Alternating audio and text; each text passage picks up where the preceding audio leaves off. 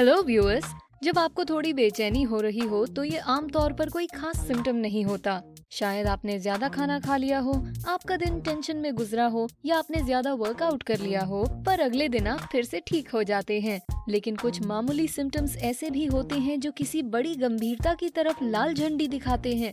क्योंकि गंभीर और मामूली के बीच में फर्क करना अक्सर मुश्किल होता है, इसलिए हम में से ज्यादातर लोग इस प्रॉब्लम को अनदेखा करने की गलती करते हैं और इसके अपने आप ठीक होने की उम्मीद करते हैं। दरअसल कोई भी महिला किसी भी गंभीर बीमारी के पहले सिम्टम को एक्सपीरियंस करने के बाद डॉक्टर के पास जाने के लिए औसतन 13 हफ्तों का इंतजार करती है। लेकिन कई बार ये सिम्टम आपको बताते हैं कि आपके शरीर में कोई गड़बड़ चल रही है। अगर आप ध्यान दें और जल्दी इलाज शुरू करें तो आप किसी भी इमरजेंसी और ना बदल सकने वाले डायग्नोसिस को रोक सकती हैं। आज के वीडियो में हम आपको बताएंगे कि ये सिम्टम्स क्या हैं और आप इन्हें कैसे पहचान सकते हैं।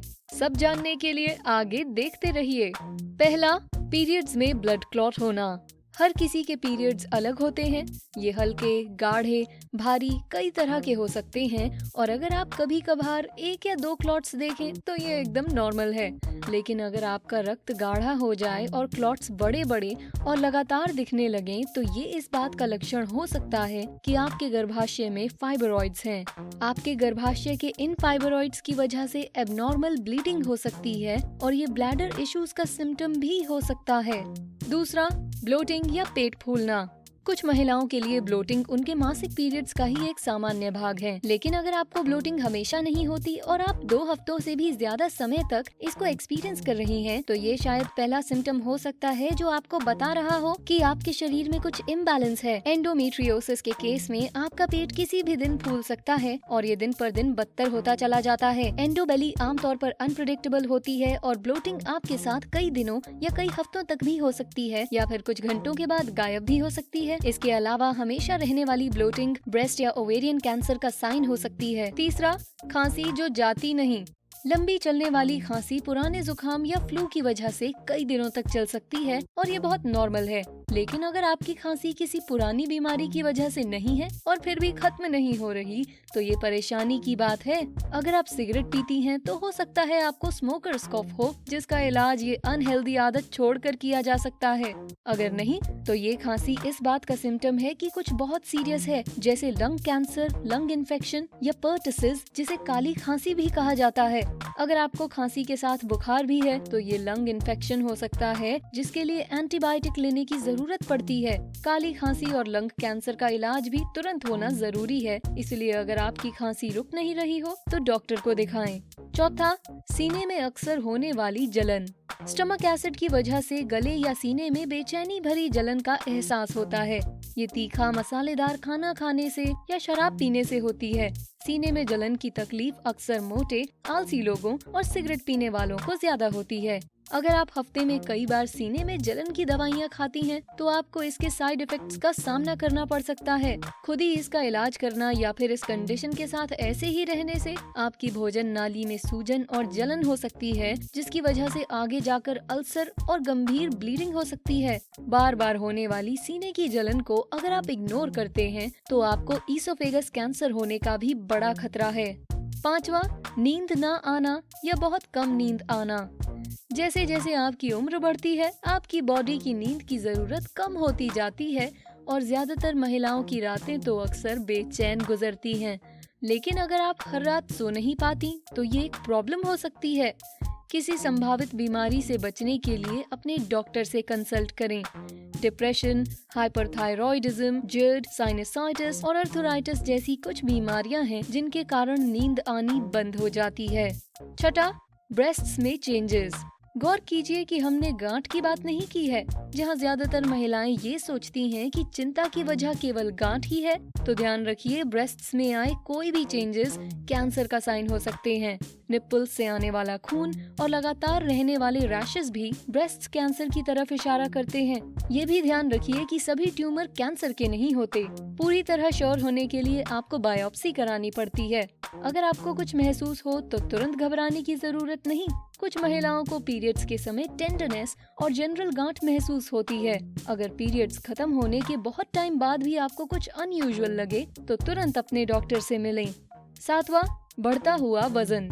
बिना वजह वजन बढ़ने जैसी कुछ चीजें बहुत ही फ्रस्ट्रेटिंग होती हैं, वो भी तब जब आप डाइट और एक्सरसाइज का बहुत ध्यान रखते हो।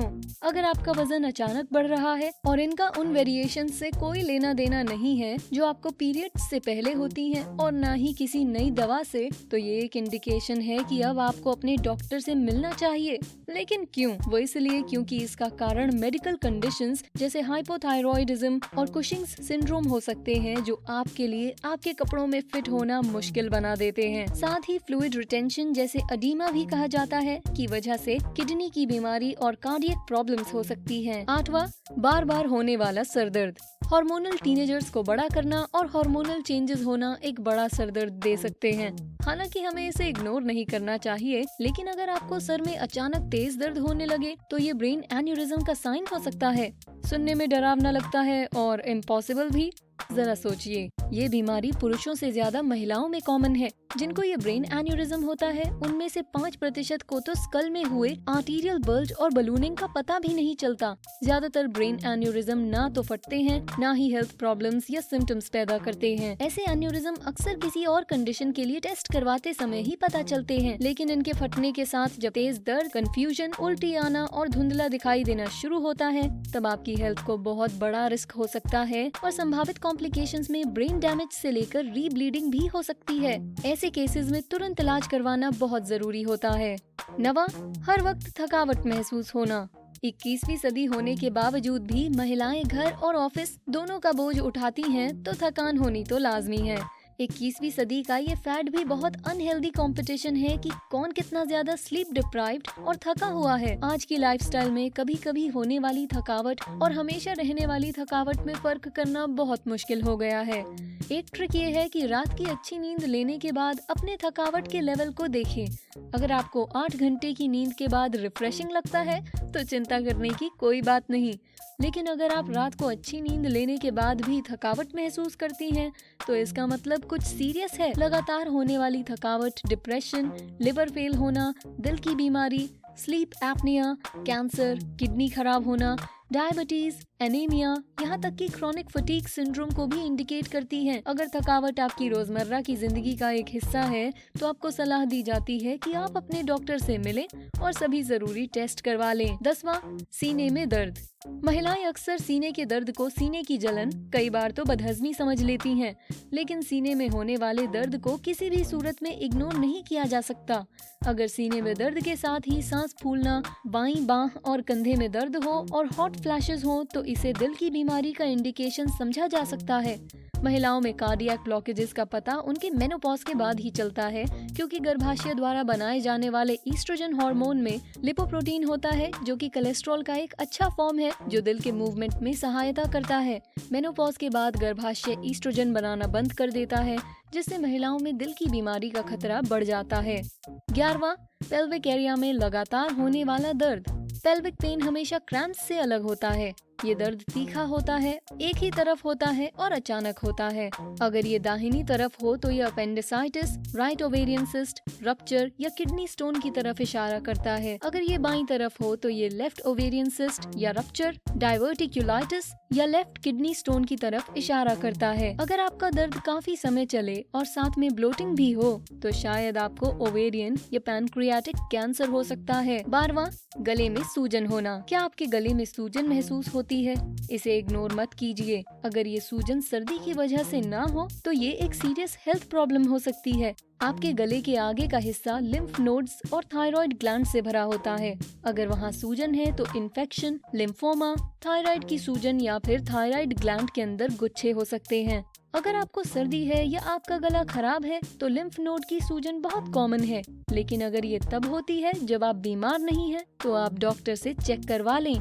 13वां, चिन पर पिंपल्स। पीरियड्स के 2 हफ्ते पहले आपकी बॉडी में ईस्ट्रोजन और प्रोजेस्टेरोन बढ़ जाता है। हार्मोन लेवल में इस चेंज के कारण आपको चिन पर पिंपल्स हो सकते हैं, जो कुछ समय बाद चले जाते हैं। लेकिन अगर आपको हमेशा ही जॉ या चिन पर पिंपल्स हो तो इसका मतलब ये है कि आपके हार्मोन का बैलेंस बिगड़ गया है और जल्दी से आपको डॉक्टर से मिलना चाहिए। 14, लगातार होने वाली स्किन प्रॉब्लम्स।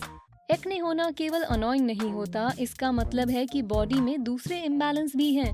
अगर आपने हाल ही में अपने फेशियल क्लेंजिंग प्रोडक्ट को बदला है या फिर आपके पीरियड्स आने वाले हैं तो फिर पिंपल्स का आना समझा जा सकता है।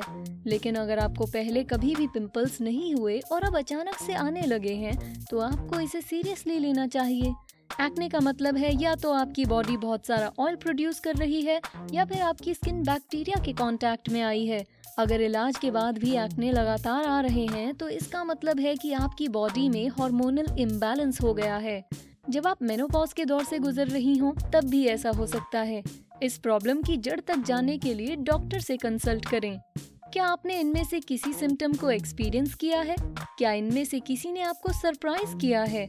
हमें नीचे कमेंट्स सेक्शन में जरूर बताएं। अगर हमने आपको ऐसे ही और वीडियोस के बारे में नहीं बताया तो हम आपके बेस्टी कैसे हुए? लेफ्ट या राइट वीडियो पर क्लिक कीजिए।